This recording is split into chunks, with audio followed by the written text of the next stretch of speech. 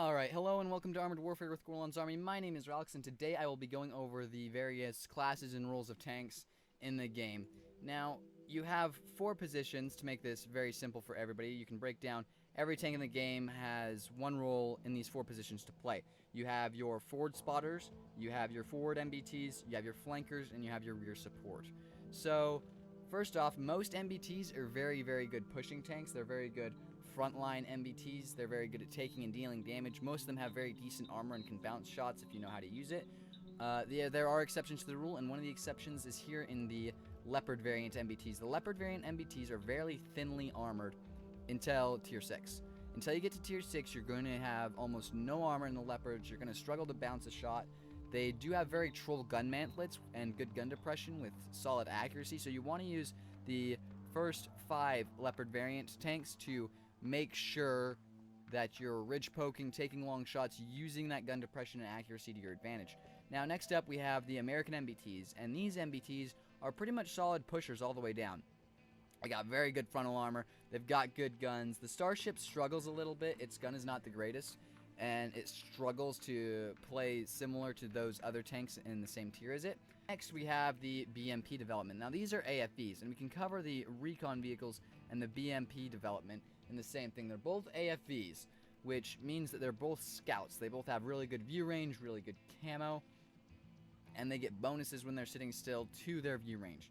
Now, these tanks can be very, very good harassers. They can see far. You want to put these things on top of a hill. These are your forward scouts. These things should be up on top of hills, spotting an enemy, making sure your team doesn't take any early damage from invisible tanks. Alright, now next up we have the tank destroyers. They go in the rear support category. And what that means is they're camping behind almost everybody else, taking very long range shots. The minimal distance you want to be for a shot in a tank destroyer is about 300 meters, I'd say is safe. You'd probably prefer to be at about 600 when you're taking shots in them, just to make sure you're not spotted. If you get spotted in a tank destroyer, you're dead. It's that simple. And here we have Shishin's line. Now that we've gone through everything on Wolfie's line, except for the artillery, we'll cover that here.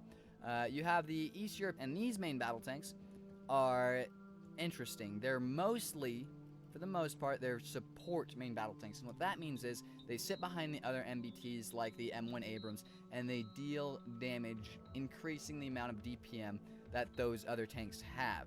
They make sure that the main pushers are not flanked while they're reloading, that they can get out damaged decently. They should not be in the front line, although they can be in the front line if there are no other MBTs present.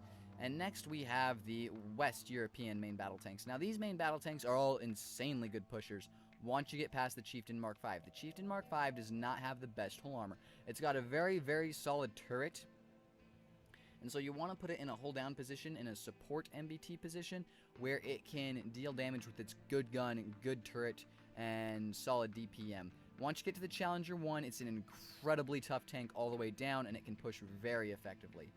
So here you can see we have more AFVs here. You have the fire support vehicles. Now, these AFVs are different from Sophie's AFVs. These AFVs are better at harass play.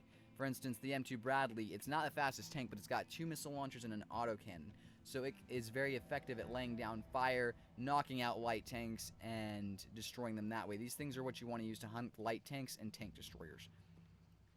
Alright, and over here we have the high caliber light armor or light tanks, and these guys fit into the flanker role. Now, the flanker role is where you wait for your both teams to engage, and then you go around the sides and rears and you deal damage that way. And that's what they're very, very good at. They have pretty solid guns, their mobility is top notch, and they usually get 3 pops of smoke, which means you can disappear if you need to several times during the battle.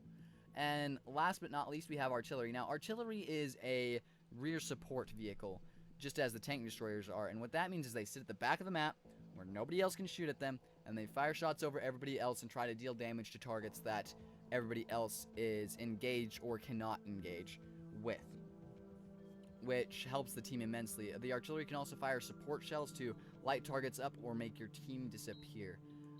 Final notes on this, that each tank may play differently for you. Some tanks you'll find better at a harassing role, some tanks you'll find better in a forward MBT position. It could be completely contrary to what I've just said, but what I have just said, it will help you get your feet wet in the game and make sure you're not completely obliterated by driving your AFV as if it were a main battle tank. And that's it for me. This is Ralks with Gorlans Army signing out. I hope to see you on the battlefield.